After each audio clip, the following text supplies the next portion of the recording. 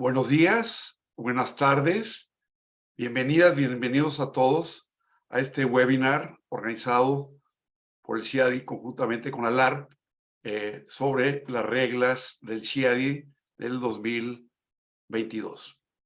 En primer lugar, en nombre de ALARP, quisiera agradecer a Gonzalo Flores por haber aceptado en nombre del CIADI la invitación de ALARP para organizar este webinar sobre las enmiendas del 2022 a las reglas del CIADI. Las nuevas reglas del CIADI son la culminación de años de trabajo que comenzaron en agosto de 2018, cuando el CIADI presentó una propuesta para modernizar sus reglas. El 21 de marzo de 2022, después de 6 working papers arduamente discutidos por los Estados miembros del CIADI, se aprobaron las nuevas reglas que entrarán en vigor el 1 de julio del 2022. Las reglas del 2022 constituyen el quinto reglamento del CIADI, después de los reglamentos del 1968, 1984, 2003 y 2006. Como se discutirá, estas reglas contienen modificaciones profundas con respecto a las reglas del 2006 y contienen cambios vanguardistas que adecúan las necesidades y preocupaciones más importantes de los usuarios del sistema. América Latina es una región importantísima para el arbitraje de inversión. Según las estadísticas históricas del CIADI, de 1966 a junio de 2022, el 33% de los arbitrajes registrados bajo la Convención del CIADI o el mecanismo complementario han tenido como parte a un estado del continente americano. Más del 28% de todos los casos registrados bajo la Convención del CIADI o el mecanismo complementario han tenido como parte a un estado de América Central, el Caribe o América del Sur. Esta tendencia ha ido al alza en los últimos años. En el 2021, el 41% de los casos registrados bajo la Convención del CIADI o el mecanismo complementario tienen como parte un estado del continente americano. Asimismo, el 32% de los casos registrados involucran un estado de América Central, el Caribe o América del Sur. En lo que va de este año, del 2022, el 34% de los casos registrados por el CIADI involucran a un estado de América Central, el Caribe o América del Sur. Como podrán notar, los arbitrajes en contra de México, por razones geográficas, están considerados por el CIADI como parte de Norteamérica, por lo tanto, no incluidos en la última estadística. Los casos en contra de Venezuela y de Bolivia, que están entre los países más demandados en el mundo, tampoco están contabilizados en las estadísticas antes mencionadas, ya que, como todos saben, no forman parte del CIADI estos países. Por lo anterior, si también incluimos otros arbitrajes de inversión no administrados por el CIADI, me atrevo a calcular que más del 40% de los arbitrajes de inversionista de Estado en el mundo actualmente involucran a países de Latinoamérica. ¿Cuál es la razón o origen de este problema? Como todos saben, en los años 90, muchos países de nuestra región tuvieron gobiernos que promovieron la inversión extranjera y el libre comercio y fomentaron la celebración de múltiples tratados de libre comercio y de protección de las inversiones. Sin embargo, en esta última década, ha habido muchos gobiernos de la región que buscan un rol más destacado del gobierno en la economía en general y particularmente en actividades prioritarias como el sector energético y la minería. Uno de los objetivos de ALARP es difundir la cultura y conocimiento del arbitraje en nuestra región. De ahí que hemos hecho alianzas con diversas instituciones para fortalecer la utilización del arbitraje tanto comercial como inversión en nuestra región. Por lo anterior, hemos organizado cursos, diplomados, webinars, conferencias, entrevistas y eventos como el que hoy estamos realizando. Pero también hemos dado opiniones o amicus curiae ante tribunales nacionales cuando está en riesgo algún principio fundamental del arbitraje. También hemos dado opiniones a congresos de países de la región cuando se plantean reformas legales peligrosas para un régimen jurídico favorable al arbitraje, como es el caso de Brasil actualmente. Por lo anterior, me parece que la conferencia de hoy encaja perfectamente en los objetivos de ALARP. Quiero agradecer a Gonzalo Flores, a Mercedes Cordido, a Claudia Frutos Peterson, a Eduardo Silva Romero y a Eduardo Zuleta que hayan aceptado ser expositores en esta conferencia. También quiero agradecer a María Inés Corrá, nuestra secretaria del Consejo Directivo de ALARP, y Andrea Santa Colomba, nuestra directora ejecutiva, por todo el trabajo que han realizado para la organización de este evento junto con el CIADI. Finalmente, quiero agradecer a todos los participantes que nos acompañan el día de hoy para enterarse de los cambios muy significativos a este reglamento tan importante del CIADI. Quiero mencionarles a los participantes que aquellos que vayan a tener preguntas a los expositores el día de hoy, las hagan a través del Q&A de esta misma plataforma y sin duda al finalizar esta sesión se responderán a sus preguntas o comentarios. Muchas gracias a todos y paso la palabra a nuestros primeros expositores del día de hoy, a Gonzalo Flores y a Mercedes Corrido del Banco Mundial. No requieren presentación, creo que todos los conocen y tampoco requieren presentación todos nuestros expositores. Sin duda, entre los practicantes más destacados en el mundo, no solo en América Latina, en materia de arbitraje e inversión. Claudia Frutos, principalmente como abogada de parte, y Eduardo Zuleta y Eduardo Silva Romero, también como practicante, como litigante, representando a partes en arbitraje e inversión. Entonces, sin más, paso la palabra a nuestros primeros expositores. Muchas gracias. Mil gracias, Klaus. Mercedes y yo estamos encantados de estar aquí con ustedes. Quiero agradecer a LAR por la amable invitación, al CIADI, a participar en este evento y por darme la oportunidad de estar nuevamente en contacto con queridísimos amigos con los que hemos compartido muchísimas oportunidades en distintas posiciones, en distintas categorías. Antes de empezar, quería destacar un punto que tú hiciste, Klaus, como dinosaurio de LARP, como uno que estuvieron sentados en las primeras mesas fundacionales años atrás. Reconozco que no soy un participante muy activo, pero estuve al principio. Quisiera destacar un punto que hiciste, que es el esfuerzo enorme que hace LARP en diseminar conocimiento y entendimiento del arbitraje internacional, tanto de inversiones como comercial.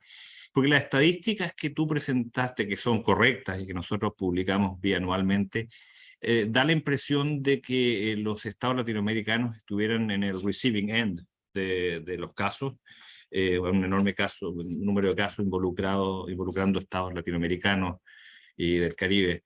Pero tal vez destacar que también hay inversores de la región que se benefician del sistema de protección bajo el convenio del CIADI y el mecanismo complementario.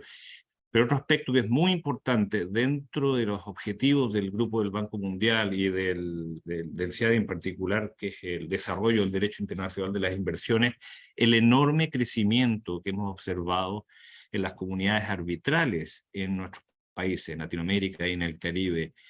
Cuando muchos de nosotros empezamos en estos temas de arbitraje, no había más de una o dos, era fácil encontrar los dos expertos en el país que sabían del tema.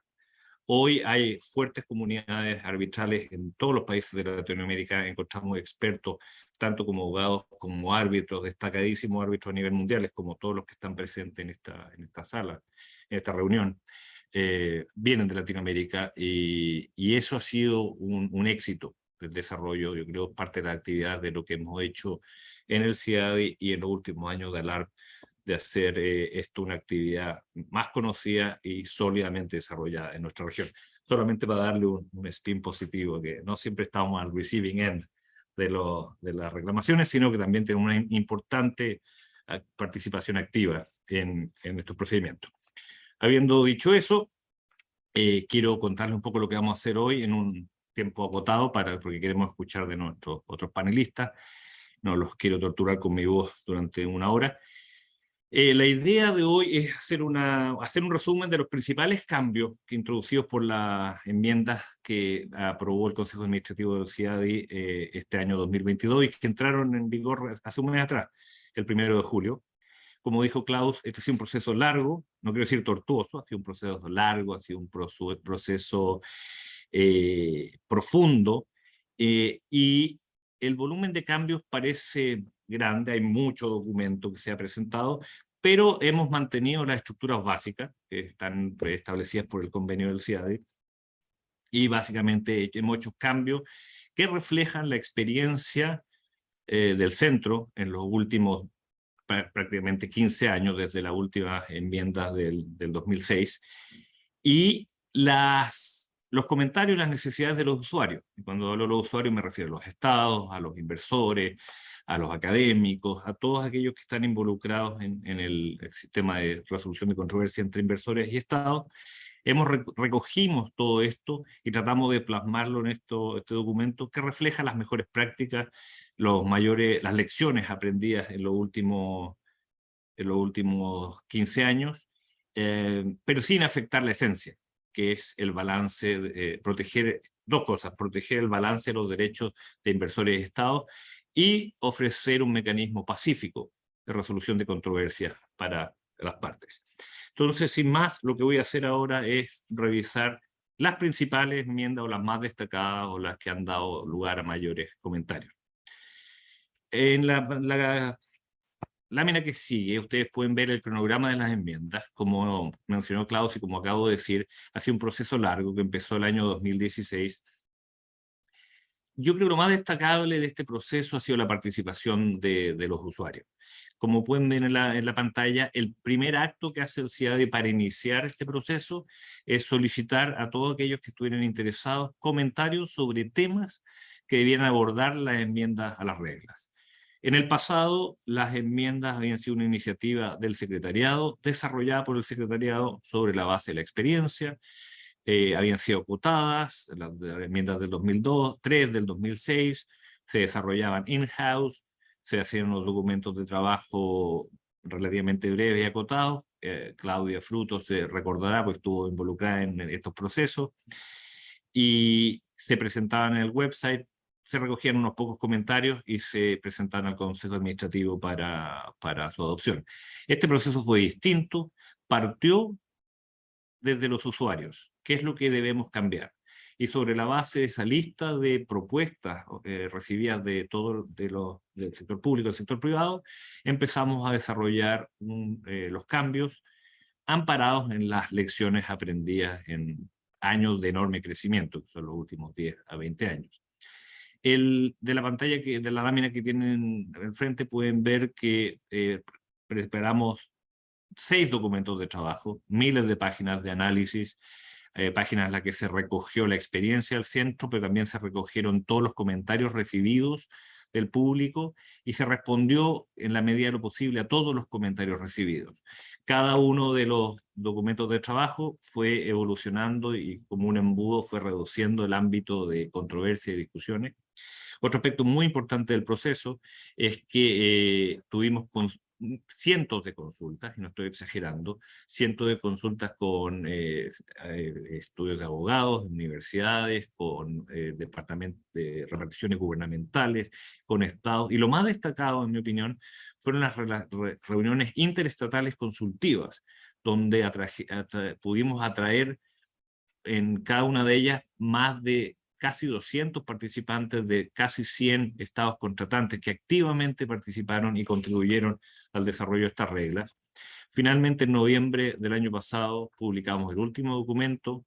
En enero de este año presentamos las reglas para su votación y fueron aprobadas en marzo de este año con un extraordinario número de votos. Más de un 85% de los estados aprobaron las enmiendas, necesitábamos 2/3 nada más, y entraron en vigor el 1 de julio. La pregunta que alguien me va a hacer seguramente en el Q&A es: ¿cuántos casos se han iniciado bajo las reglas? Y la respuesta es ninguno, pero estamos en agosto, así que paciencia. Nada, en 30 segundos pueden ver, los cambios fueron omnicomprensivos. No solamente fueron cambios a las reglas de arbitraje, se modificaron las reglas de arbitraje, se modificaron las reglas de conciliación, se modificaron las reglas bajo el mecanismo complementario del CIADI, que es un ser adicional de reglas paralelo a las reglas derivadas del convenio del CIADI, se modificaron las reglas de comprobación de hechos, y muy importante, se desarrolló un nuevo reglamento de mediación, que era algo que el centro no tenía y esperamos que tenga un importante efecto en la resolución de controversias entre inversores y Estado. Son 4 volúmenes que van a ser que están publicados en nuestro website, están al acceso de todos, siguiendo con los tiempos y tratando de ser más verdes en vez de imprimir cientos y miles de pequeños booklets de reglas, pues imprimiremos muy pocos y será todo de manera digital. Now, ¿cuál era el objetivo de estas reglas? Como les dije al principio, el objetivo de las enmiendas es básicamente modernizar las reglas en base a la experiencia y las prácticas adquiridas en los últimos 15 años. Habían ciertos guidelines, ciertas guías que nos inspiraron. Una y principal, escuchando a las críticas constructivas de los usuarios, es reducir el tiempo y el costo de los procedimientos arbitrales, siempre teniendo en cuenta la importancia de mantener un balance entre los derechos de inversores y estados. Reforzamos las reglas de transparencia y eso incluye reforzar mecanismos para evitar conflictos de intereses de los tribunales y los abogados.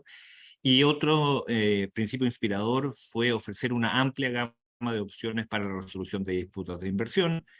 Si miran nuestras estadísticas, las que mencionó Klaus, de 900 casos que ha tenido el CIADI en los últimos casi 60 años, 890 son arbitrajes bajo el convenio del mecanismo complementario, 8 o 9 conciliaciones, ninguna comprobación de hechos, fact-finding. Entonces, la idea es promover la utilización de los distintos mecanismos de solución de controversias que ofrece el CIADI y dar más oportunidades y opciones a los usuarios. Esos son los principios que nos inspiraron. Desde el punto de vista de la reducción de costos y una mayor eficiencia, se adoptó un multi-track approach, una estrategia múltiple para reducir tiempo y costos. No es una regla en particular, sino que inspira todas las modificaciones. Se establecen reglas específicas para que las partes tengan una obligación de actuar de manera expedita, de manera eficiente.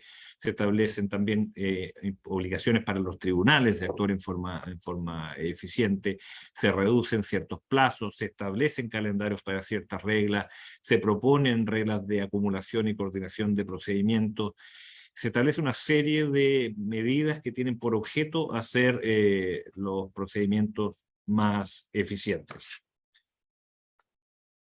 No.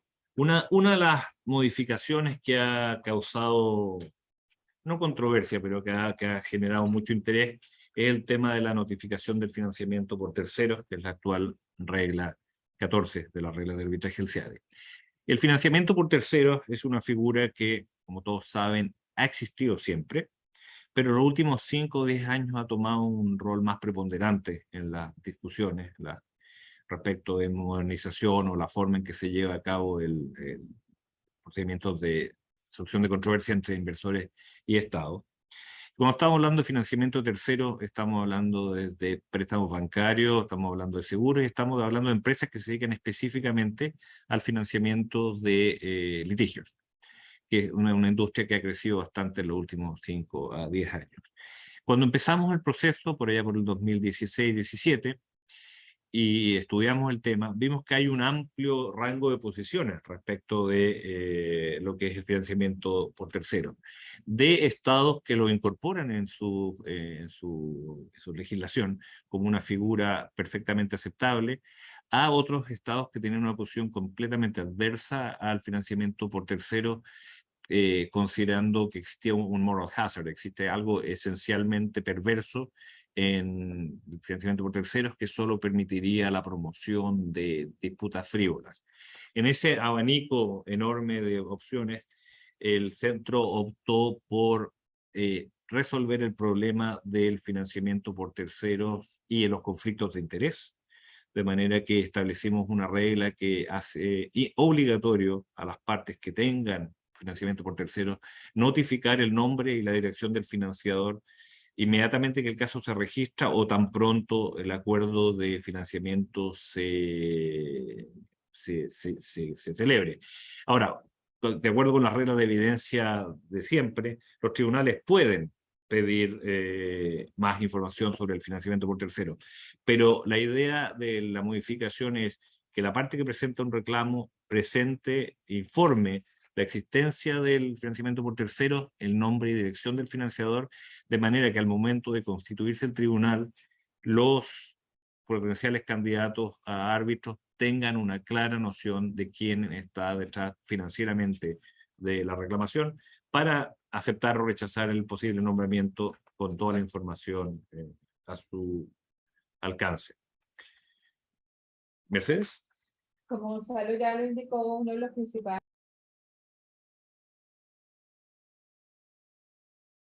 Estás en mute, Mercedes. Estás en mute.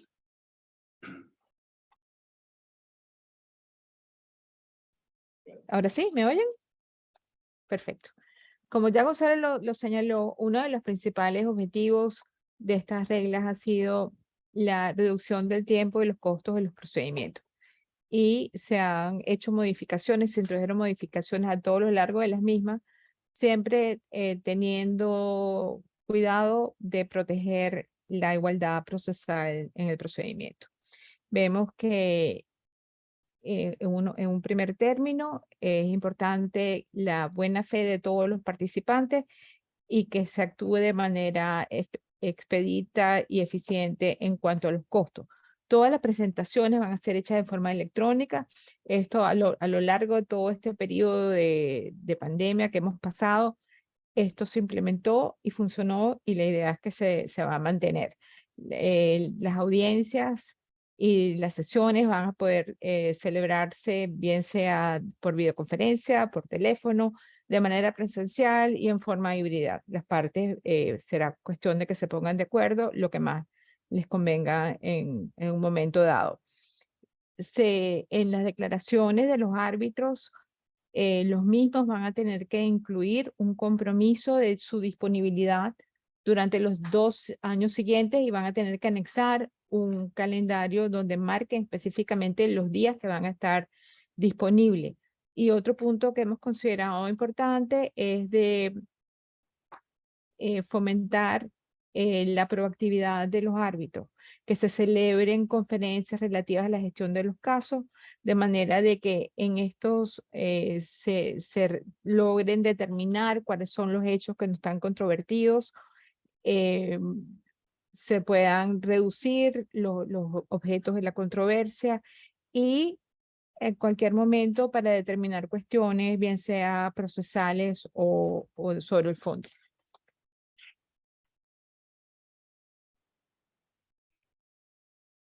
Se han modificado los plazos, se ha tratado de acortar en todas las veces que ha sido posible.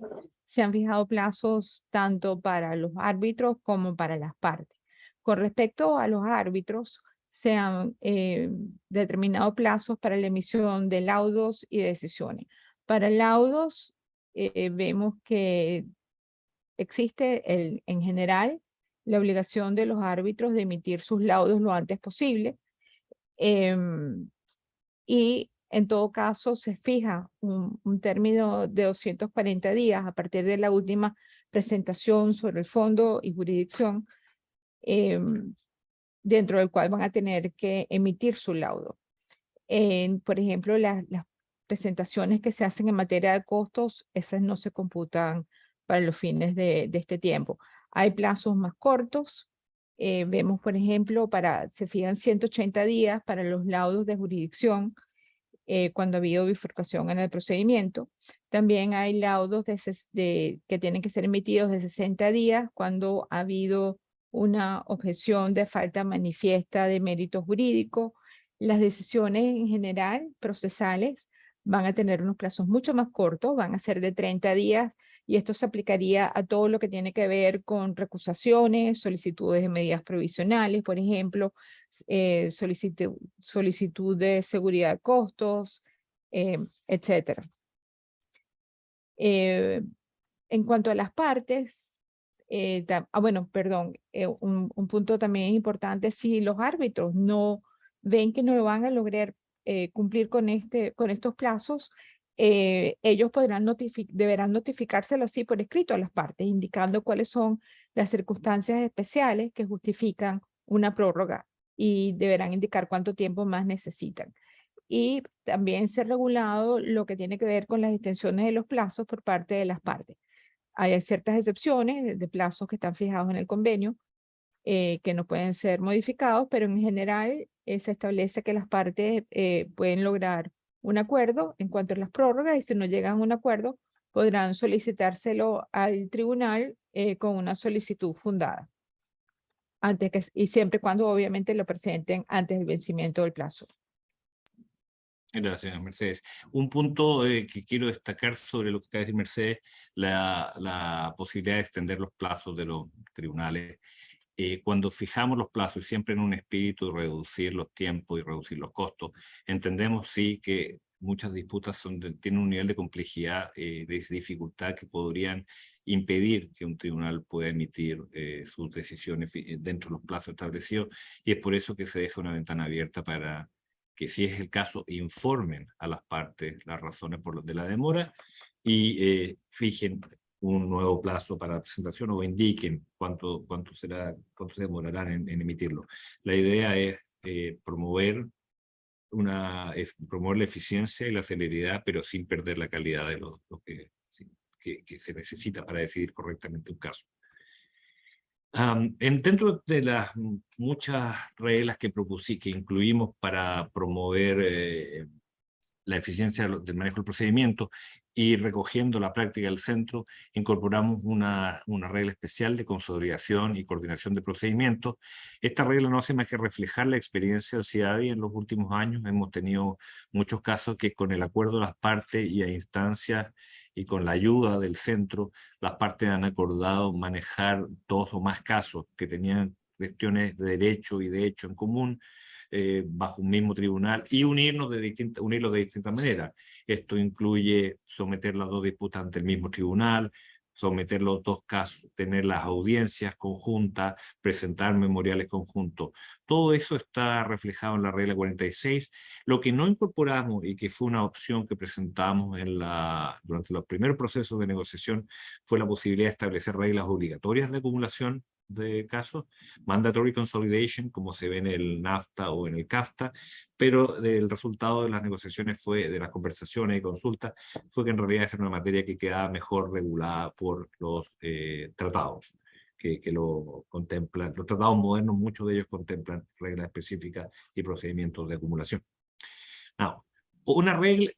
El 2006 introdujimos la regla de desestimación por una manifiesta falta de mérito jurídico, manifest lack of legal merit, y esta regla se desarrolló bastante con la jurisprudencia. Debo reconocer, honestamente, que cuando pasamos esta regla del 2006, yo dije, nadie va a usar esto, nobody's going to use it, y me equivoqué rotundamente. Ha sido utilizada y ha sido bien utilizada, pero habían ciertos aspectos que la jurisprudencia había desarrollado que valía la pena poner en la regla, y era que cuando la regla se establece en 2006, no está claro si la falta de manifiesto falta de mérito jurídico se refiere al fondo del caso o se extiende a jurisdicción y admisibilidad. La jurisprudencia ha sido bastante conteste en este caso, en esta materia, y la regla refleja que la falta manifiesta de mérito jurídico se puede extender a estos distintos aspectos. Otro aspecto que llevó a muchas negociaciones y discusiones era el tema de las costas por estas decisiones. El convenio del CIADI confiere a los tribunales discreción para la determinación de costos, pero había un interés, especialmente de los estados, de que si se acogía una objeción por una manifiesta falta de mérito jurídico, la parte perdedora asumiera todos los costos. Lo que se estableció en la regla 52.2 es que el tribunal, en principio, dará costos a la parte que prevalezca, si emite un laudo, la parte que objetó, pero el tribunal mantiene siempre la discreción para asignar costos de una manera distinta, si las circunstancias así lo justificaran. En materia de costos, interesante señalar, tratando de no extenderme mucho, recogemos en la regla 52 los criterios que la jurisprudencia ha ido desarrollando sobre las circunstancias que tienen que tomar en cuenta los tribunales a la hora de determinar quién se hace cargo de las costas de un procedimiento, algunos tan obvios como el resultado o la conducta de las partes, y otros que más derivados de los casos en particular, como es la complejidad de las cuestiones y la razonabilidad de los costos reclamados. Un aspecto que es importante dentro del manejo eficiente de casos es que establecemos que, o sugerimos, invitamos a los tribunales a emitir decisiones sobre costas a medida que el procedimiento avanza. No es inusual en la práctica que una parte presente un incidente, una moción, el tribunal la decida, el tribunal decida que la presentación era frívola y que merecería ser sancionada con costas y que lo determinarán en el laudo. Y 2 años después llega el laudo y ya nadie se acuerda de la indignación que todos teníamos en ese momento y se olvidan de considerar eso para las costas. La idea es que a medida que vaya avanzando el procedimiento, los tribunales tomen decisiones sobre costas, lo que además permitirá a las partes tener una mejor visión financiera de dónde va el procedimiento y cuánto se ha gastado. Otra regla importante es el tema de la garantía por costas, un tema complejo, pero en 3 minutos. La idea de solicitar una garantía por la eventual condena en costas, la primera vez que la vi yo al menos fue el año 99 en el caso Mafecini con España. Es un tema que se ha desarrollado por años, pero no existían reglas específicas que le dieran al tribunal facultades para determinar el tema de la garantía por costas, y los tribunales, razonablemente, habían utilizado las reglas sobre medidas provisionales para responder a esta pregunta. Ahora, las reglas de medidas provisionales tienen requisitos específicos y tienen consecuencias específicas.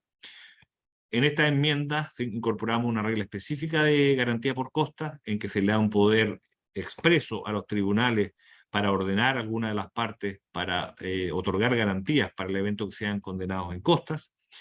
Y lo que es muy importante, que no está en la lámina, pero muy importante, si el tribunal ordena a una parte otorgar garantía por costas y no cumple con esa orden, el tribunal puede suspender el procedimiento y eventualmente puede descontinuar el procedimiento por incumplimiento de la orden de garantía por costas. Bifurcación es un área que todos conocen, tiene que ver con la posibilidad de resolver ciertas cuestiones de manera preliminar para no incurrir en costos en desarrollar el caso completo. Expandimos la regla, la nueva regla 42, 43 y 44. Tenemos 3 reglas de bifurcación que contienen los criterios que deben tomar en cuenta los tribunales a la hora de bifurcar, establecen un procedimiento específico para cuándo presentar una solicitud de bifurcación, cuándo presentar argumentos de bifurcación y cuáles son las consecuencias de las reglas de bifurcación. Esperamos que esto sea una guía que facilite la utilización de esta regla. Lo que no se hizo fue que hubo peticiones de volver al estatus del año 2003, era que con la sola presentación de objeciones preliminares de jurisdicción se produjera una suspensión automática del fondo. Eso se mantiene igual que la regla de 2006, pero se establecen mejores criterios para facilitar la determinación si procede o no procede bifurcar un procedimiento. Por Dios que hablo, que me conocen, ¿cuánto puedo hablar? Estamos llegando al final. Transparencia.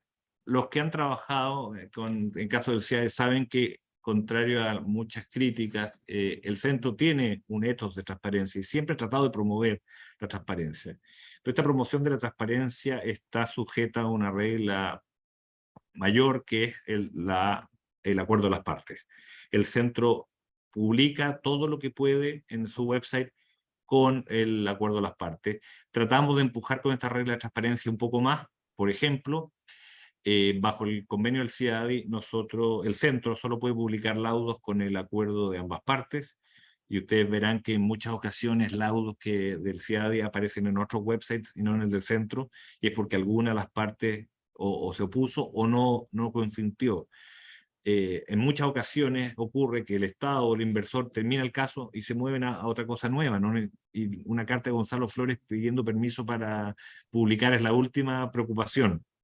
Entonces, en ese contexto, lo que a algunos de nuestros brillantes abogados se le ocurrió una presunción de consentimiento, y las reglas dicen que si en 60 días desde emitido el laudo ninguna de las partes objeta, se entenderá que las partes han consentido a la publicación del laudo, y esperamos que eso promueva aún más la transparencia y tengamos más laudos publicados en el website. Y otra cosa muy importante es que establecemos reglas para la publicación de órdenes procesales y decisiones, que no son laudos, que en general no se publican con la misma de la misma cantidad que se publican los laudos, y existe una enorme cantidad de información y de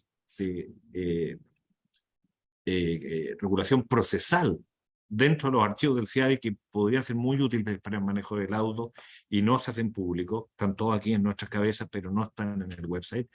Y la idea es que con el acuerdo de las partes y trabajando con un proceso de redacción de información confidencial, la mayor cantidad de decisiones y órdenes sea publicada en el sitio de internet del centro. Merce, procedimiento de expeditos. Dentro de este espíritu de reducir costos, ¿me oyen? Sí. Dentro de este espíritu de reducir costos y tiempo en los procedimientos, se ha incluido, uno de los cambios importantes en estas enmiendas ha sido la inclusión de todo un capítulo dedicado a procedimientos expeditos. Esto lo encuentran a partir de la regla 75 de las reglas de arbitraje, y se aplica tanto al convenio como al mecanismo complementario, siempre y cuando obviamente las partes de común acuerdo consientan que se aplica. Las partes pueden, bien sea acogerse a la totalidad del procedimiento expedito como está propuesto en las reglas, o a determinadas disposiciones de este capítulo. Es interesante, como van a ver, se han fijado plazos muy cortos en las distintas etapas de procedimiento, y no solamente plazos cortos, por ejemplo, para las 2 rondas de presentaciones de las partes, sino que también se ha fijado el límite en cuanto al número de páginas que estas presentaciones pueden tener. En todo caso, nosotros esperamos de que con todo, si se aplica la totalidad de este procedimiento expedito, según está propuesto, que se reduzcan los tiempos en un 50%. Gonzalo les habló anteriormente de los 4 paquetes de reglas que tenemos. Este es uno de ellos. Tiene que ver con las reglas del mecanismo complementario, que son las que encuentran en el libro amarillo. Lo importante es destacar, se han hecho cambios a todo lo largo de las reglas, pero lo importante es, cabe mencionar, la modificación en el artículo 2. Se ha ampliado el acceso al mecanismo complementario. Ya el acceso no está limitado a que exista un Estado miembro del CIADI o que haya un nacional de un Estado miembro del CIADI. Esta limitación se eliminó, y por otra parte se ha permitido que las organizaciones regionales de inversión económica, ORIES, puedan ser parte en una controversia bajo el mecanismo complementario. Esto obviamente siempre y cuando hayan dado su consentimiento para someterla al centro.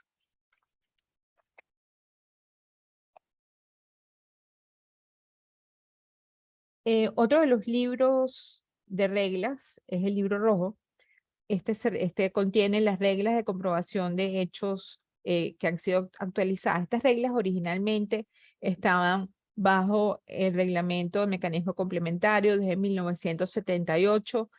La verdad que no se le había dado mayor uso, era uno de los puntos que se debatieron a lo largo del proceso de enmiendas, y tomando atención a la consulta formulada, se decidió modificar significativamente las reglas que teníamos, y ahora son un grupo independiente de reglas, tienen su propio reglamento administrativo financiero, y la idea es que las partes puedan utilizar esto incluso antes de iniciar un procedimiento de arbitraje, y que sometan a un comité la comprobación de hechos. Esto se establecería un protocolo donde se regule el procedimiento y al final se comprobarían o no hechos específicos en la diferencia, en la disputa. Por último, están las reglas de mediación, como dijo Gonzalo, estas son nuevas, estas son unas reglas nuevas, están en el libro verde. Esto nos alegra que con esta hemos dado respuesta a una solicitud que llevan tiempo formulando los estados y los inversionistas de promover una mayor capacidad de mediación para cuestiones de inversión, disputas de inversión y también para complementar tratados bilaterales y multilaterales de inversión que establecen y contemplan dentro de su ámbito el mecanismo de mediación para solucionar diferencias. La mediación también está sujeta al amparo del acuerdo de las partes y las partes pueden acogerse a mediación, bien sea al inicio o a lo largo del procedimiento en forma paralela. Es conveniente o importante señalar que estas reglas están alineadas con los requisitos de la Convención de Singapur, lo que contribuirán a la ejecución del acuerdo de aveniencia que resulte de la mediación. Y con esto yo creo que... Gracias, Merce. Un solo comentario final para terminar con el tema de la mediación. Klaus hizo referencia a nuestras estadísticas bianuales. Una de las cosas que nos llevó a promover nuevas reglas de mediación es darnos cuenta que aproximadamente un 36% de los casos del centro no llegan a una decisión final. O se llega a un acuerdo, o se descontinúa, o se retira la demanda, y eso nos dio la idea, junto con el desarrollo de reglas de mediación en distintos ámbitos, de que existe un apetito, existe un interés de los usuarios por tener mecanismos un poco más soft o más flexibles de solución de controversias que no necesariamente lleguen a un resultado vinculante, pero permitan solucionar el problema y proceder en las relaciones entre las partes. Con eso creo que nos hemos atenido, nos pasamos unos pocos minutos, pero le damos las gracias y estamos encantados de responder cualquier pregunta que puedan tener.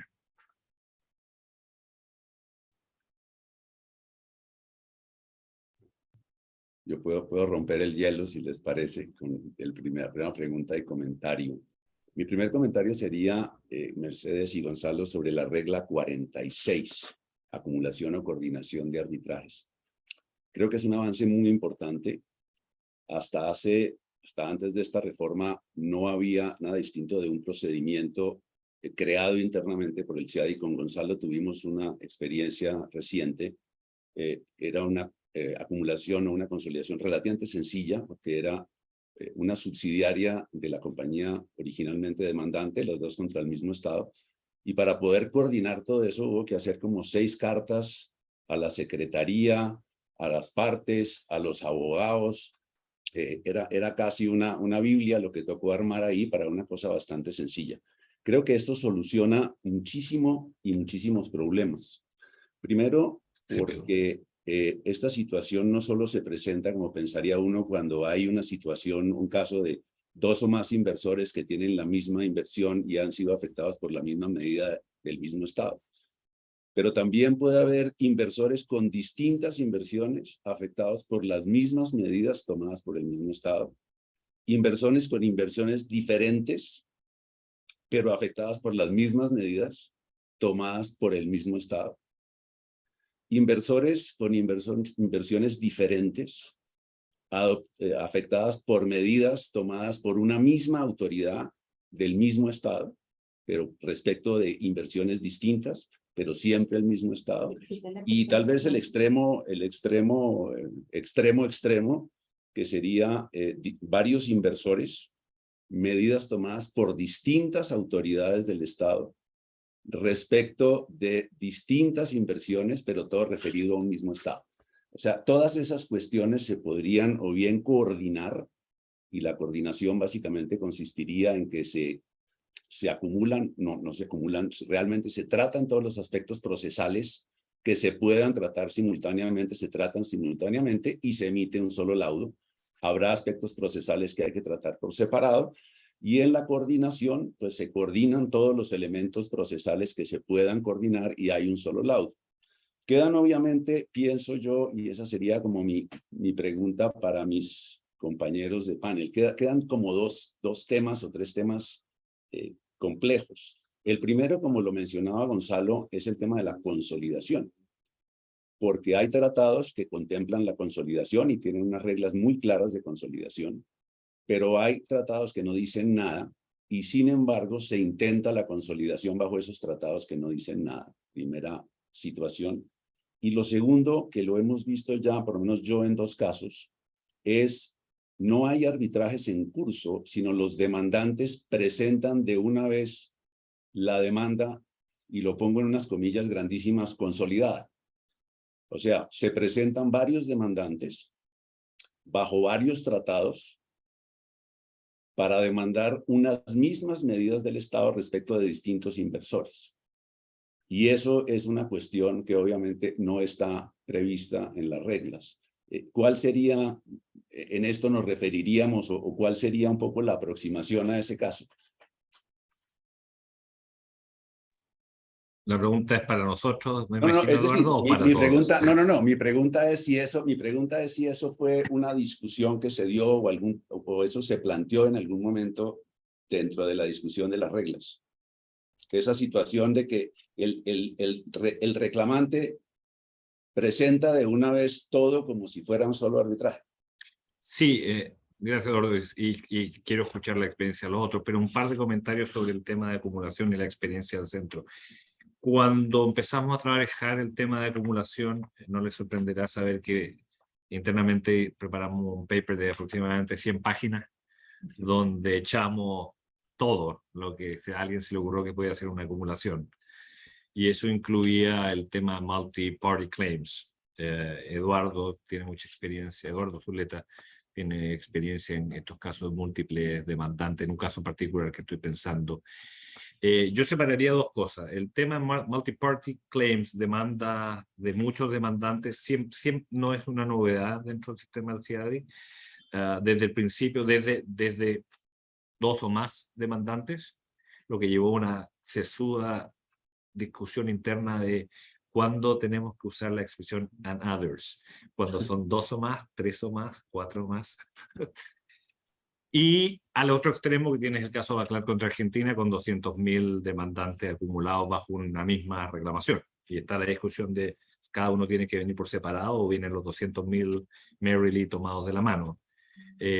Lo que nos enfocamos aquí fue dejando de lado el tema de las multi-party claims, de reclamaciones múltiples, nos enfocamos en procedimientos que se han iniciado paralelamente, que tienen cuestiones en común de hecho de derecho y que parece razonable en términos de eficiencia manejarlos conjuntamente.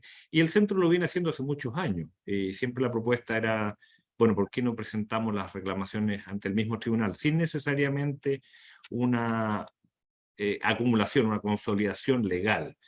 En la práctica, y por favor corrígeme si estoy equivocado, yo sé que han habido solamente 2 casos concluidos de acumulación legal, de consolidación forzada, mandatory consolidation, bajo el NAFTA. Tenemos un par más que están en proceso de discusión en este minuto, son casos pendientes, pero mirando solamente los números, las estadísticas dicen que en un caso se acogió y en el otro caso se rechazó. Entonces la idea de la consolidación obligatoria, forzada, no está claro si es algo que sea percibido con gran alegría por los usuarios. La acumulación acordada, la capacidad de hacer los procedimientos más eficientes, y aquí miro a Claudia y miro a Eduardo, particularmente en su calidad de abogados de parte, me parece que es mucho más atractiva para los usuarios, porque está bajo su control y permite efectivamente actuar de una manera más eficiente sin forzarle la mano a nadie. Y en ese sentido me permito, ay Eduardo, perdón, Sigue, me sigue, primero usted. lancé. Yo sigo Eduardo después. Silva, perdona, vi que abriste Sigue. tu micrófono. Bueno, ante todo, muchas gracias de tenerme acá con todos ustedes, de verdad un placer.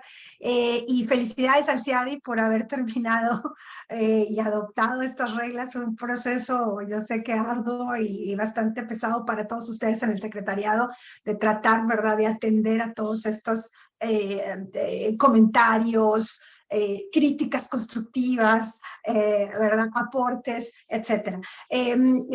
Gracias de verdad por tenerme que darme la oportunidad de comentar. Voy a robar nada más un minuto sobre este tema, en el sentido de que efectivamente Eduardo Zuleta y Gonzalo, cuando se vuelca al lado del abogado de parte, la consolidación pareciese menos atractiva. Y pareciese menos atractiva porque también estratégicamente en temas de defensa de estos casos, a lo mejor no siempre es la mejor de las soluciones. Y es por ello que yo creo que el principio que está bien asentado en el arbitraje internacional en general sobre requerir el consentimiento de las partes para lograr una consolidación, es el apropiado. Ese es mi punto de vista.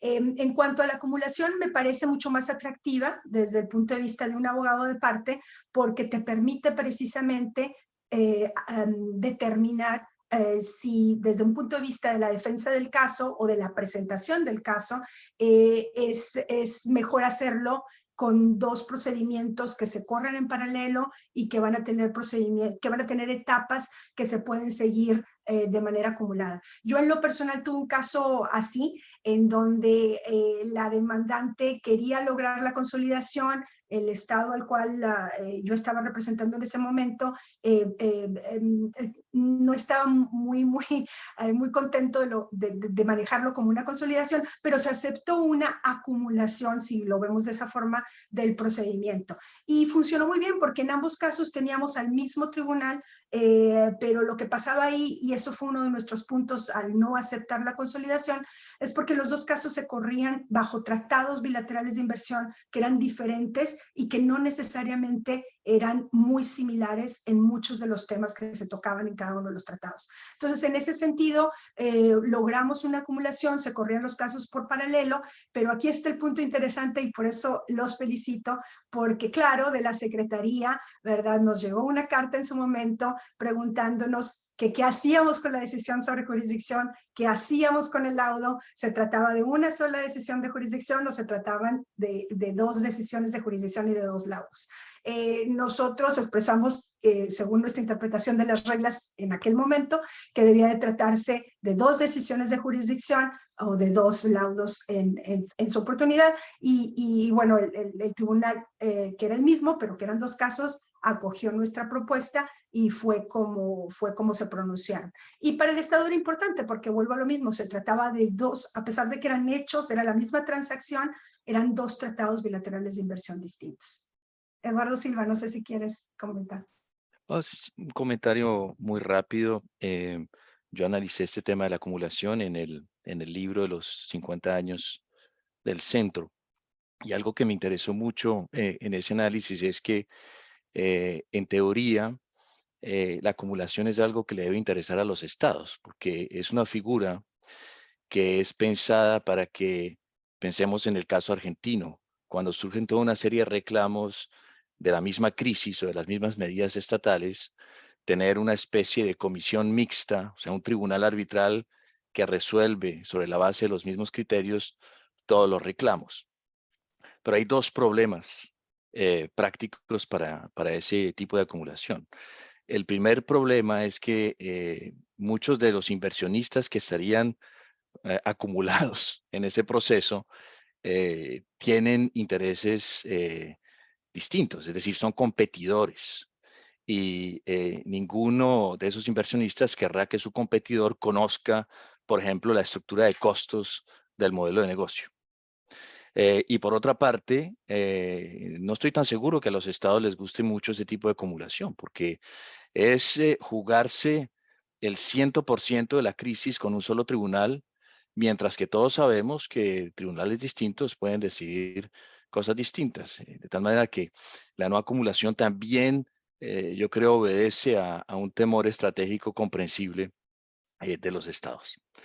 Me atrevo a pasar a otra pregunta que tiene que ver con algo fundamental que mencionaba Gonzalo al principio.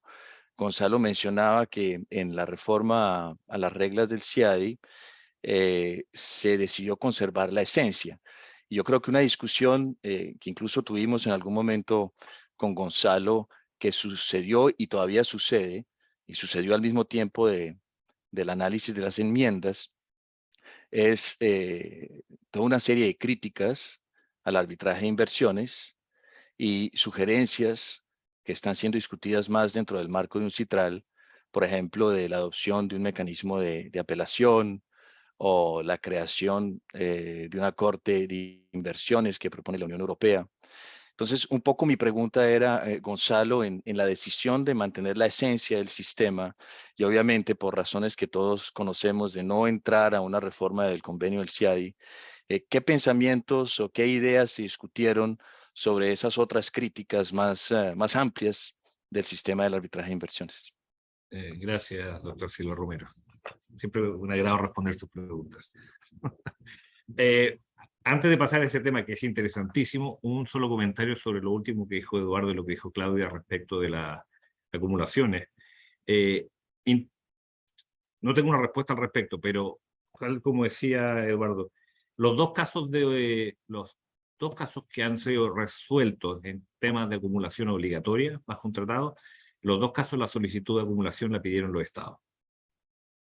Pero al mismo tiempo, en situaciones de crisis, que mencionaba Eduardo, hemos visto que en algunos casos, por ejemplo, en el caso de la República Argentina y la situación del año 2001, el centro tomó la iniciativa de acercarse a Argentina al principio, cuando teníamos la cantidad sin precedentes de 4 casos, en vez de decirle, podríamos intentar hacer un sistema como de cámaras, y la verdad que en ese momento la República Argentina nos dijo, no, muchas gracias. Y en otro caso, tenemos otras situaciones, no quiero llamar de crisis, pero de casos masivos, en que se ve que las partes nombran a distintos árbitros en cada caso. Y tenemos 40 casos y 80 árbitros de parte.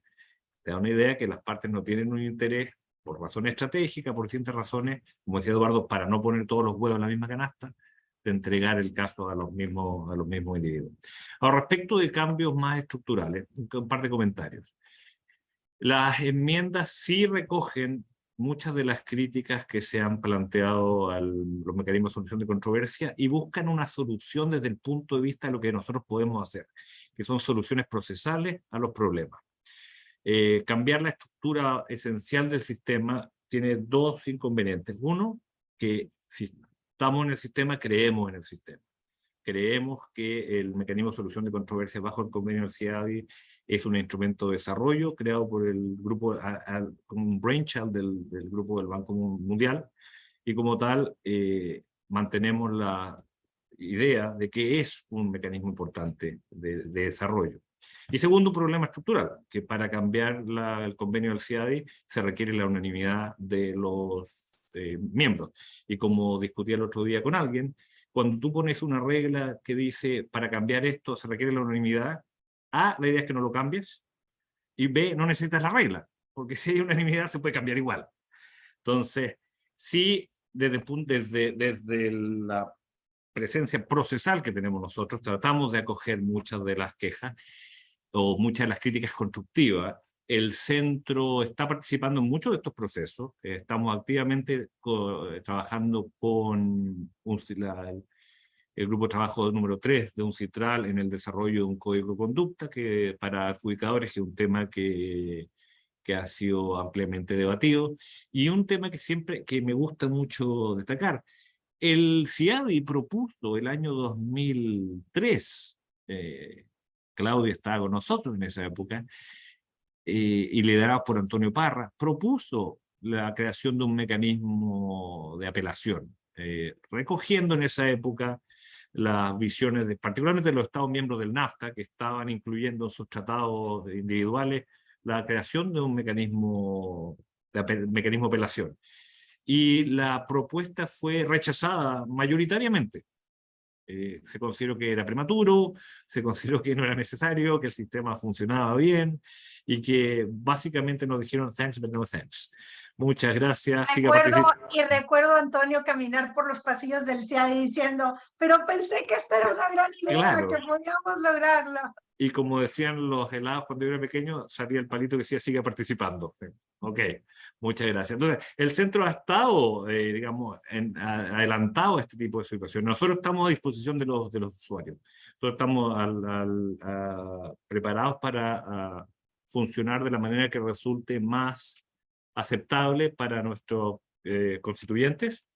Y en ese sentido estamos dispuestos a los cambios que sean aceptables para todos, pero en este minuto, desde nuestra posición, hemos tratado de propender a una mejora del sistema desde una perspectiva procesal. Y en esa perspectiva procesal, Gonzalo, yo quería comentar un poco sobre los cambios que creo que se logran con este nuevo conjunto de reglas sobre tiempos, sobre plazos. Y veo también con muy buenos ojos el hecho de estas, vamos a ver cómo funciona en la práctica, pero creo que el espíritu de traer conferencias de gestión de procedimiento para invitar a los tribunales a que siempre son activos, pero quiero decir a que vayan a los puntos más concretos para ir segmentando ciertas partes del procedimiento. Yo creo, yo lo veo muy, muy interesante. Me da gusto que se haya incorporado una regla así, porque tú tienes razón. Tú comentabas en un inicio que estos procedimientos también suelen ser muy complejos. En ocasiones se pueden segmentar ciertos aspectos del caso y yo creo que esta regla va a facilitar mucho. Va a facilitar que las partes se acerquen al tribunal a hacer propuestas en este sentido, o que el mismo tribunal considere, ¿verdad?, que ciertos aspectos del caso se pueden ir segmentando y se pueden ir decidiendo. Entonces eso, por ejemplo, me agrada mucho y creo que va a agilizar mucho el procedimiento. Y aquí, bueno, yo tengo una pregunta en cuanto a la regla, respecto a la regla de los plazos para las decisiones, los laudos. Hablábamos de 240 días en esa disposición, creo que era la regla 58, la nueva regla 58, y hay un parrafito ahí que aclara que no se toman en cuenta como, para entenderse como el último escrito, la declaración de costas. Y perdona mi ignorancia, pero como todos sabemos acá, hay una audiencia, pasan ciertos plazos para escritos posaudiencia y luego pasa otro tantito de tiempo y hay unos escritos de costos, ¿no? Que ahora también vemos muchos más desarrollados en las nuevas reglas. Entonces, si las declaraciones de costos no se toman en cuenta, debo entender que estamos hablando de los escritos posaudiencia como los últimos escritos sustantivos para contar el plazo. Eso en principio, Claudia, esa es la idea. Obviamente, caso a caso habrán diferencias. 5 rondas de post-hearing briefs. Estoy inventando, pero sí, la idea es que sean los escritos post-audiencias en el último escrito, porque los escritos sobre costas no debe ser en principio, de acuerdo, sujeto a la particularidad de los casos, un escrito tan sustancial que requiera un cambio importante en las decisiones de los tribunales. Sí, la idea es desde el último escrito. Ahora, todos hemos estado en casos que hay 12 audiencias parceladas, entonces la última audiencia, el último escrito, ese va a determinar el comienzo de los plazos, el momento en que el tribunal se sienta a empezar a escribir sus decisiones. Interesante. Un comentario corto simplemente sobre lo que dice Claudia, que estoy completamente de acuerdo con el tema de los tiempos y de la audiencia con las partes. Y es que hoy hay una práctica, y no sé hasta qué punto se puede llevar a cabo, Eduardo, Claudia, me dirán, de que esa audiencia no se limite a cosas procesales, sino que las partes expliquen brevemente su caso, cada uno de los abogados, para que el tribunal sepa desde un inicio para dónde va. Porque lo que tiene enfrente es simplemente un escrito con una solicitud de arbitraje bastante escueta. ¿Eso qué tan posible sería desde el punto de vista de los abogados a la luz de estas nuevas reglas? ¿Qué tan aceptable sería algo así? Depende de qué tan aprendido tenga uno el caso en ese momento, la verdad. Porque todos sabemos que hay casos de casos y hay una realidad irremediable en todo litigio, y es que el conocimiento de los detalles evoluciona. Entonces, yo creo que para una presentación general de los argumentos más importantes en un caso de inversión, cuáles son las violaciones del tratado que reclama a la demandante y de la parte demandada, quizás las principales objeciones que se quieran hacer y las principales defensas, eso me parece posible. Yo aprovecho para subrayar la sabiduría de los plazos que fueron introducidos en las reglas del CIADI, porque sin tener que mencionar ningún nombre, yo sí veo que hay una tendencia en el mundo del arbitraje internacional en general a ejercer una presión considerable sobre los árbitros para decidir con demasiada premura. Todos entendemos que hay casos de casos, que hay demoras injustificadas, pero yo creo que todos tenemos que ser conscientes, empezando por los usuarios, de que hay casos muy complicados y que la misión de administrar justicia es una misión muy compleja, muy seria, que requiere tiempo de reflexión, tiempo de estudio, tiempo de redacción, etcétera. Si bien ahora quiero traer un temita, Gonzalo y Mercedes, un tema un poquito más complicado, sobre todo de las perspectivas de los estados. Se pueden imaginar que voy a hacer el planteamiento Te estoy perdiendo, Claudia, no te escucho. un financiamiento por terceros.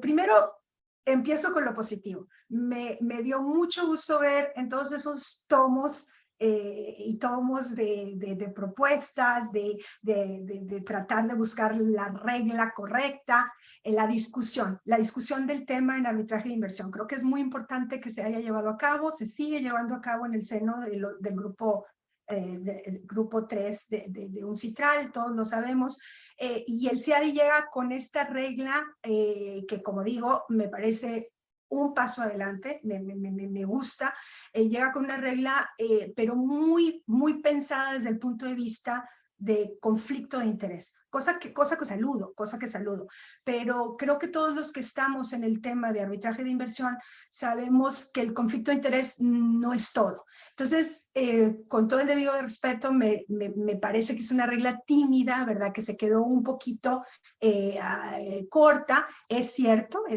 que se agrega un parrafito ahí en donde se le permite al tribunal, ¿verdad? Que tenga más discreción con respecto a las decisiones que quiera tomar. Sobre todo estoy pensando en la revelación del acuerdo de financiamiento. Para que sea conocido no solamente por la demandada, sino por todos, por el tribunal, que sea un procedimiento mucho más transparente. ¿Qué gustarían ustedes aportar sobre esto? Sé que fue un debate difícil. Yo quisiera, de verdad espero que esa disposición en donde el tribunal tiene libertad ya expresa en las reglas, sea de verdad acogida por los tribunales. Tal vez al inicio sea un poco tímida el desarrollo por parte de los tribunales, pero quién sabe, ¿no? Puede haber sorpresas. Y lo comento, Gonzalo, porque en uno de los casos en donde nosotros también estuvimos actuando en representación de un estado y que fue un caso CIADI y que incluso se cita en los debates de esta regla, en los trabajos de modificación, incluso el tribunal fue en ese momento a solicitar el escrito, la revelación del escrito, y a pesar de que había una orden por parte del tribunal, el escrito nunca se proporcionó. Entonces, ¿qué nos pueden los dos decir al respecto? Yo sé que puedo es un agregar tema una glosa a lo que dice Claudia antes de que Gonzalo resuelva el problema de los financistas. Y la glosa es que cuando yo vi esta regla 14.4, creo que es, me pareció, uno la puede ver como tímida, pero realmente creo que es la única regla que existe en el mundo que le dice a los árbitros que pueden pedir que se revele algo más allá de la identidad del financista. Entonces, desde ese punto de vista, es una regla que va en el sentido de lo que lo reclaman los estados. Debo decir que cada vez que nosotros hemos pedido en casos que revelen el acuerdo que tiene el financista con el inversionista, nos han dicho que no. O Nos han dicho, vaya a ver si está lloviendo por allá en la esquina. ¿Y por qué? Porque los inversionistas siempre alegan que ese acuerdo es confidencial. Entonces, si uno se pone en el lugar de los árbitros, ¿qué pueden hacer los árbitros? Cuando el inversionista está diciendo, este acuerdo es confidencial y no se puede revelar. Entonces, hay un problema práctico ahí que me parece muy complicado para, como Claudia y en algunos casos yo también queremos ir más allá para saber qué es lo que pactaron. Es bien difícil llegar hasta allá. Pero yo creo, ahí agrego mi glosa desde el punto de vista del árbitro. Creo que es una herramienta para los árbitros que no existía.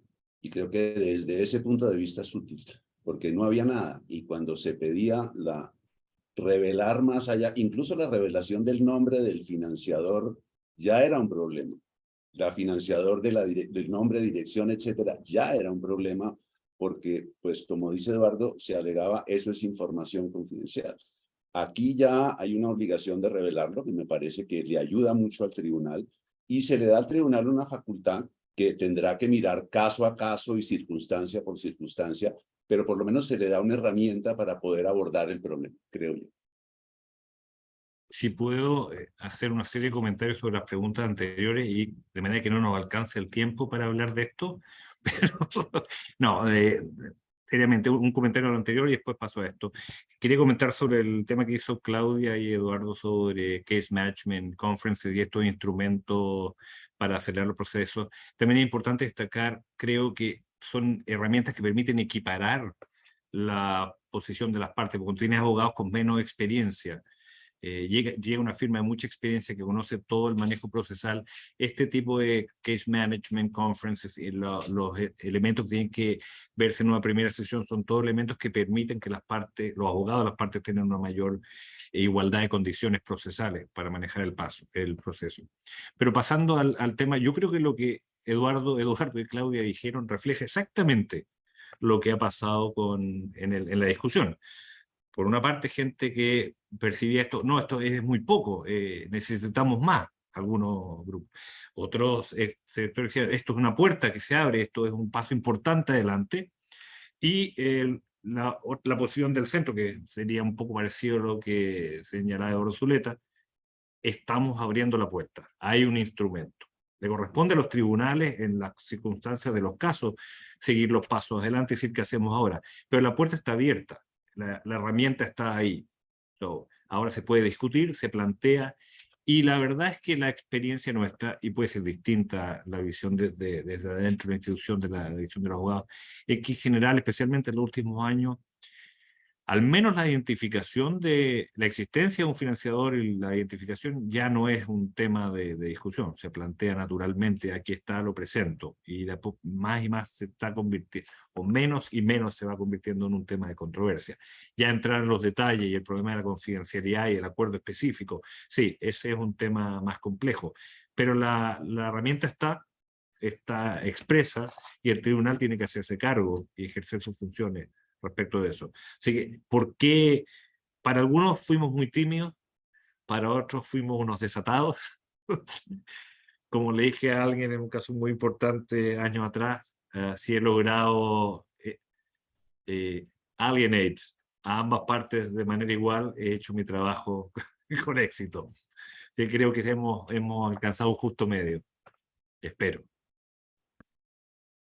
Salo, volviendo un poquito al tema que nos plantea Eduardo, porque es cierto, Eduardo, claro, la reacción de los tribunales y que es muy válida, o sea, es decir, el acuerdo es confidencial, pero yo me aventuraría a decir un poquito, ¿sabes? Como en temas de producción de documentos, cuando se acoge también el tribunal o se enfrenta el tribunal a documentos que las partes o una de las partes está invocando que son confidenciales, ahí hemos visto decisiones de los tribunales en donde establecen un principio de proporcionalidad entre las partes o de beneficio para resolver el caso. O sea, y sé que ustedes lo saben, o sea, ¿qué ocasiona más un perjuicio? ¿La protección de esa confidencialidad o la resolución o el no poder resolver el caso, correcto? Entonces, en aras de esos principios que sabemos que están y que existen en el arbitraje de inversión, Ojalá los tribunales ya con esta disposición, ¿verdad?, se sintieran también más cómodos de decir ya hay una facultad para el tribunal tiene el derecho de hacerlo y un poco moverse en esas aguas, ¿no? Que no son siempre aguas fáciles, pero yo creo que hay herramientas ya como para lograr un poquito más, ¿no? Es lo que me atrevería a comentar un poquito respecto a tu comentario. María Inés, me da la impresión que están entrando preguntas en el Q&A. Sí, están entrando, estaba escuchando las conversaciones espontáneas de ustedes, pero si quieren vamos a ir compartiendo algunas porque pronto va quedando, vamos a llegar al final más temprano de lo que queremos. Hay dos preguntas que les comparto, las primeras dos. Sus experiencias, y acá pueden hablar tanto desde el centro como también los Eduardo y Claudia, sus experiencias en relación con las garantías por costos. Las experiencias que hasta ahora han tenido, y eventualmente agregaría yo, no está en la pregunta, pero me animo a completarla, ¿cómo creen que las reglas nuevas pueden favorecer eventualmente lo que han sido esas experiencias? El que quiera, el que se anime, nuevamente rompe el hielo. Yo puedo responder, pero creo que he aburrido ya. He excedido el número de palabras que puedo usar. Así que si alguien quiere empezar. Es que esta es una buena novedad para los estados. La presento de tal forma en el sentido de que era otra de esas reglas que, como bien dijo Gonzalo y Mercedes cuando ellos expusieron el tema, que no de verdad existían disposiciones bajo las reglas del CIADI en este sentido. Y todo se manejaba a través de un sistema de solicitud de medidas provisionales, que sabemos que el test que se aplica para otorgar o denegar una medida provisional pues no debería ser exactamente el mismo que aplicamos para el otorgamiento de una garantía sobre costos. Es un tema que le preocupaba y creo que sigue preocupando a los estados en temas de arbitraje de inversión y que yo veo también con muy buenos ojos que el CIADI haya tomado el debate y que haya incorporado una regla al respecto. Creo que ya el hecho de tener una disposición ya en las reglas per se, los tribunales también se van a sentir más cómodos en actuar y emitir decisiones al respecto. No solamente se otorgan parámetros, ¿verdad?, de cómo se puede determinar esa declaración de costas, sino que, claro, se le da el poder al tribunal para que el tribunal pueda emitirlas. Ahora, esto, la complicación de todo esto es, al final de cuentas, la obligatoriedad, ¿verdad?, el cumplimiento que las partes le van a dar a una declaración de costas, pero creo que vamos en la dirección correcta. Y atención, Claudia, que la sanción por el incumplimiento es fuerte. La posible descontinuación del procedimiento. Entonces es una regla que tiene dientes. No. A mí eso me preocupó desde un punto de vista del equilibrio del sistema, porque no debemos olvidar que para que estos arbitrajes existan se necesita que un inversionista los comience, ¿no es verdad? Y hay inversionistas que tienen mucho dinero y al Estado ni siquiera se le pasa por la cabeza pedir el security for cost porque no es necesario. Pero hay unos inversionistas medianos, pequeños, a los que les cuesta mucho dinero entrar en este sistema. Entonces, lo preocupante sería también que esta figura del security for cost pueda ser utilizada para negarle a ciertos inversionistas que no tienen los recursos suficientes la entrada al sistema de inversiones. Y por eso también celebro la sabiduría de las nuevas reglas del CIADI que le dan suficiente discreción al tribunal para decidir el tema, que es finalmente de lo que se trata, es adoptar la institución, existe ahora en el arbitraje CIADI reconocida, pero se le da al tribunal suficiente discreción para tomar la decisión más justa en cada caso. Y de hecho, Eduardo, uno de los criterios que se contemplan en las reglas es el impacto que esta garantía por costos pueda tener en la posibilidad de la parte de presentar su caso y defenderse completamente. Esto también creo yo, y estoy de acuerdo con Claudia y con Eduardo, esto va también a reducir un poco los tiempos, porque es que la discusión permanente de si el Security for Cost era una institución propia del derecho inglés que no era aplicable en el arbitraje de inversión, si el security for cost era una medida provisional, cuáles eran los estándares, que los del caso de Santa Lucía, que los del caso de no sé qué. Cada tribunal tenía como unos estándares un poco diferentes. Aquí hay unos criterios claros, me parece. Los tribunales tienen una guía clara. Tienen un criterio, una discrecionalidad, de todas maneras, para fijar la medida. Y la medida tiene dientes. Yo creo que esto, desde el punto de vista del tribunal arbitral, es una ayuda inmensa. Y creo que eso va a reducir sustancialmente, varias de las reformas van a reducir sustancialmente el background paper on annulment, entre otras, por ejemplo, todas esas prácticas que había y que se incorporaron en las reglas y que ahora va a haber claridad para los tribunales sobre qué es lo que tienen que aplicar. Eso me parece que es un gran avance lo del Security for Cost. Y si puedo hacer un comentario práctico, nada más, muy brevemente, sobre el tema de Security for Cost, que el centro ha tomado muy en serio. Ustedes habrán visto, los que nos están escuchando y todos ustedes habrán visto que en su momento, esta idea, entre otras, fue planteada por Panamá, por la República de Panamá, al comienzo del proceso, que solicitó al centro hacer un survey, revisar con los usuarios hasta qué punto los estados en particular habían podido obtener satisfacción de sus reclamaciones por costa. Porque esto es una preocupación que nace de los estados. Los estados no desaparecen al final de un proceso. Un demandante puede potencialmente desaparecer. Lamentablemente, los resultados de la encuesta no fueron suficientes como para establecer una regla clara. Sí creo que es interesante destacar, no es el caso de Panamá, pero habían varios estados que no habían ejercido acciones para obtener la devolución de costas. Hay una serie de... Entonces, creo que ponerlo en el procedimiento, darle dientes a la decisión, autorizar al tribunal a tomar el toro por las astas es importante. La pregunta de que decía Catherine González era, ¿se ha usado esto? ¿Cuál ha sido el resultado? En la práctica, antes de las reglas, que yo recuerde, hay 3 de esos tribunales que aceptaron otorgar garantías por costa en circunstancias muy particulares. Vamos a ver cuál es el efecto que tenga esto en el futuro. Marínez, perdona, estoy tomando todo tu tiempo. No, el tiempo es de ustedes. Bueno, justamente otra segunda pregunta tenía que ver también con los costos y esta posibilidad de disponer sobre los costos durante el procedimiento que Gonzalo estuvo explicando. La pregunta que se hace es la de, nuevamente, ¿no? ¿Cómo ven los árbitros esta posibilidad de disponer durante el procedimiento sobre los costos y bueno, en definitiva, cómo lo ven, cómo ha sido hasta ahora y cómo lo ven? Si quieren, aunque no soy de los panelistas, pero me aviento al ruedo. Yo creo que a mí me parece una gran regla. Yo tengo en la experiencia varias peticiones en varios arbitrajes, pero recuerdo uno en particular en donde esta disposición me hubiera ayudado muchísimo. Es un caso público conocidísimo, Isaiza Viesoletana contra El Salvador, donde claramente la empresa demandante pues fue prácticamente un montaje, fue un fraude.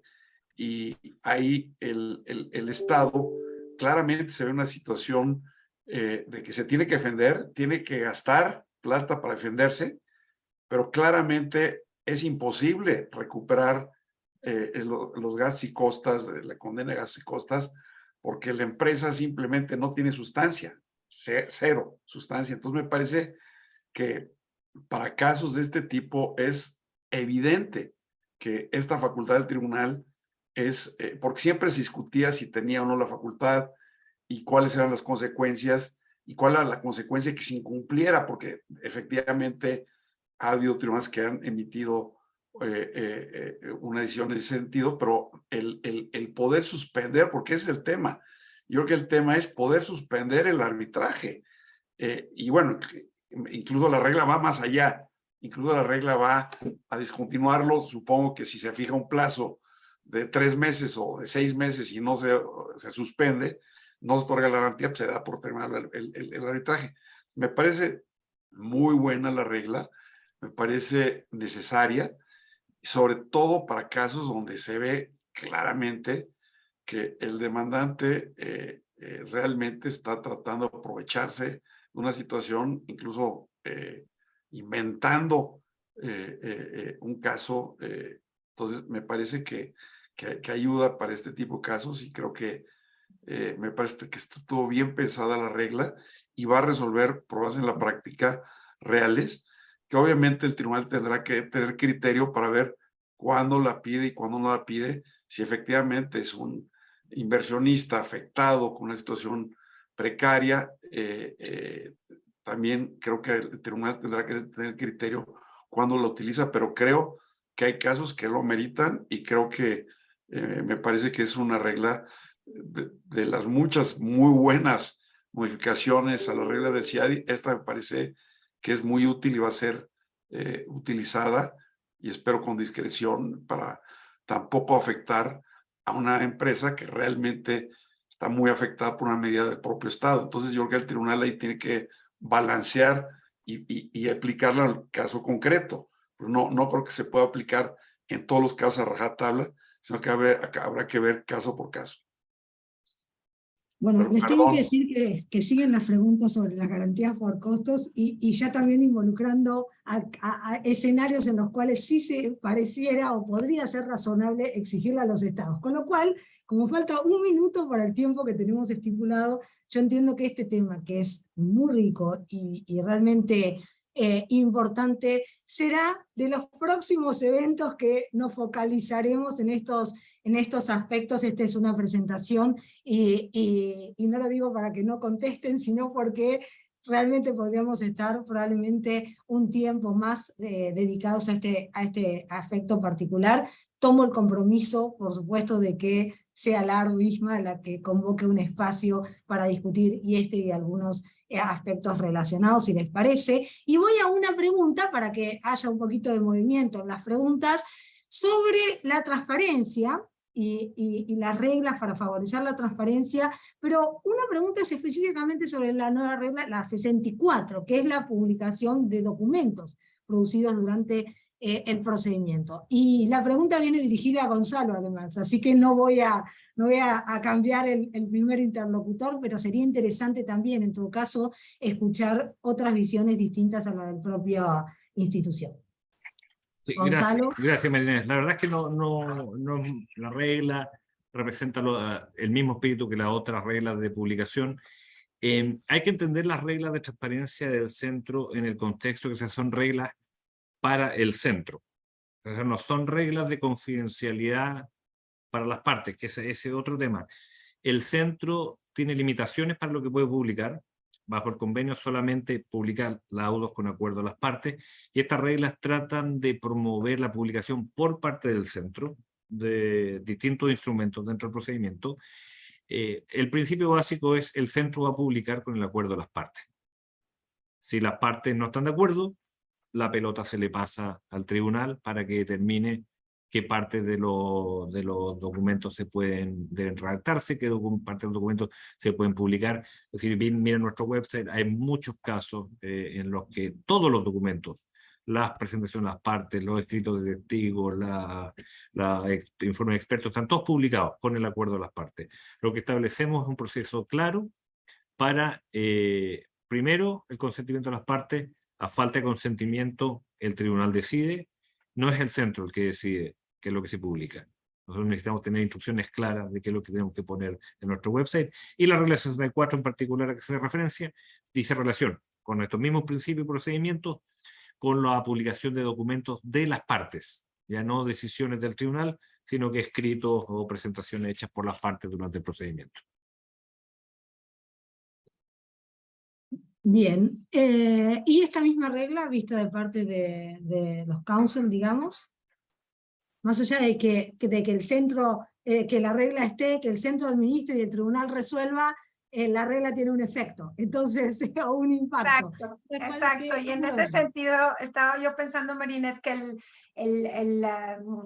la problemática que le veo desde el punto de vista del abogado de parte es precisamente el lidiar con una fase en donde no hay acuerdo entre las partes respecto a la redacción de ciertos aspectos del laudo o de documentos que se quieran publicar, y que ahí se entre en una etapa de de intercambios de escritos, ¿verdad? De presentaciones entre las partes que luego le llegarán al tribunal.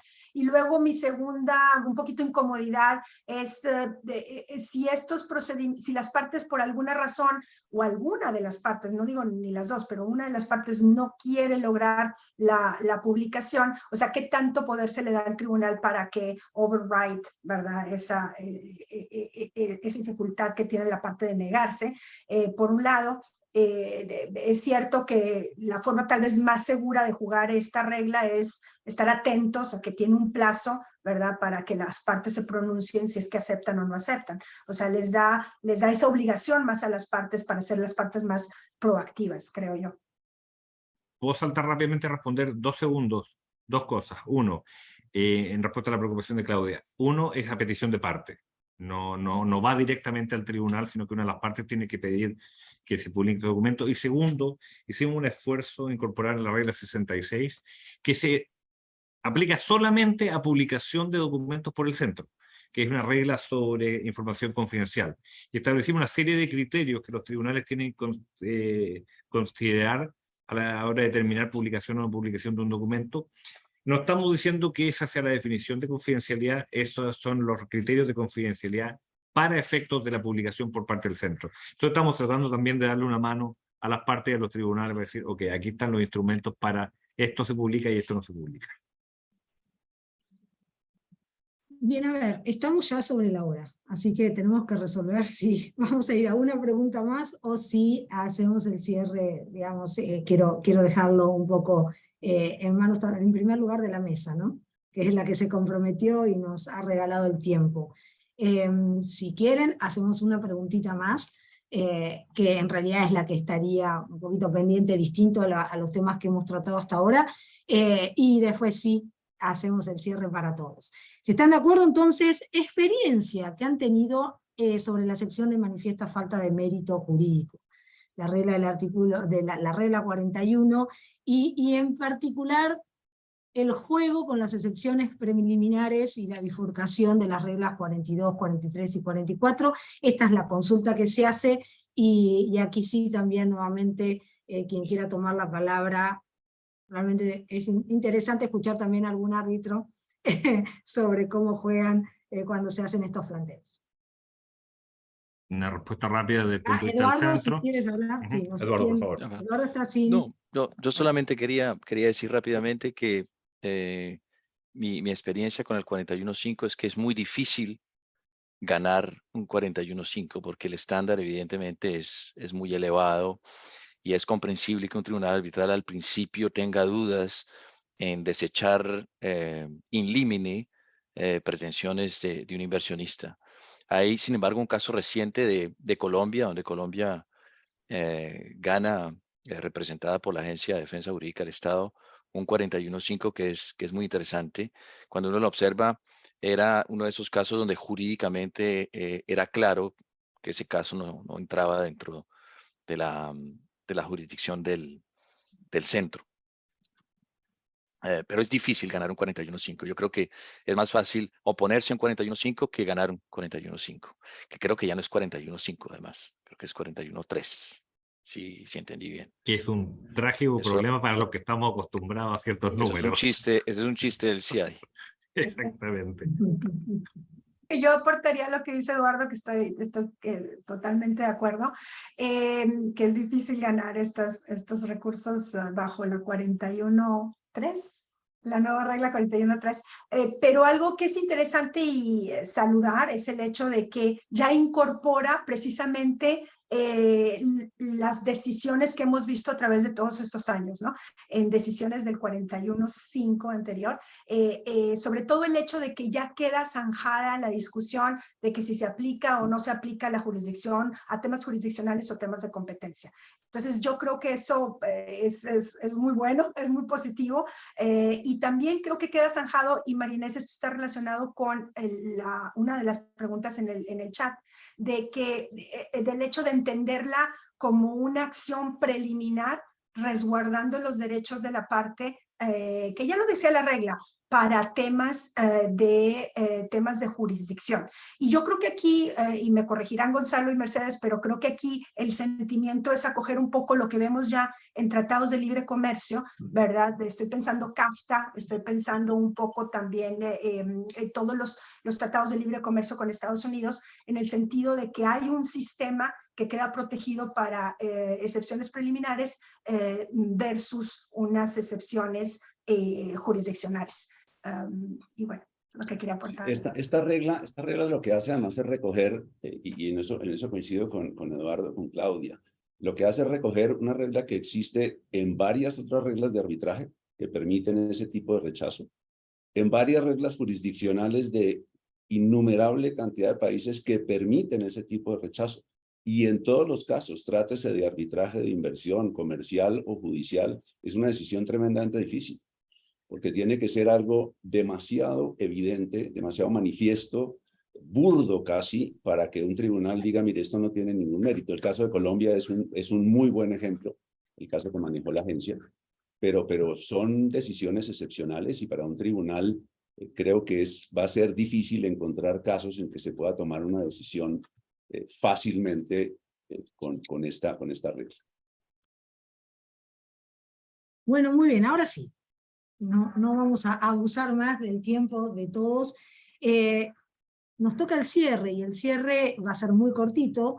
En primer lugar, agradeciendo a todos ustedes el tener el honor, realmente el privilegio, creo yo, para hablar, de poder ofrecer este espacio de presentación, de primera presentación. De hecho, en América Latina entendemos desde el CIADI de las reglas nuevas 2022. Ya lo han comentado, 8 años en un proceso de revisión, y no estamos 6 años, y no estamos contando el tiempo de elaboración, que ya dijeron que era el previo antes de lanzarlas a revisión por parte de los usuarios. Así que esto muestra un trabajo profundo, ¿sí? Y un trabajo serio, y un trabajo de escucha, básicamente, de aquellos a los que está destinado el sistema. Me quedo con algunas ideas que introdujeron, no van a ser las específicas y las técnicas. Que acá hay un sistema y la propuesta ha sido trabajar y mejorar las reglas para el mejor funcionamiento de un sistema en el que se cree. Y un sistema que tiene objetivos en los cuales también se cree. Con lo cual puede haber, y de hecho todos sabemos que existen críticas al sistema en sí y a su concepto, pero estas reglas tienen por fin mejorar el sistema y no deshacerlo o transformarlo en el entendimiento y convencimiento que efectivamente es un sistema que sirve, que es bueno, que tiene objetivos buenos. La segunda, y se apareció bastante el tema de la prudencia, y dijeron, y es así, el objetivo es el balance. En situaciones de arbitraje de este estilo, a nadie tampoco le puede sorprender que hay posiciones muy diferenciadas. Y por lo tanto, casi como que el balance va de la mano de la prudencia, porque sin prudencia probablemente la situación pueda verse desbalanceada desde la óptica de estas posiciones tan diferenciadas unas de otras.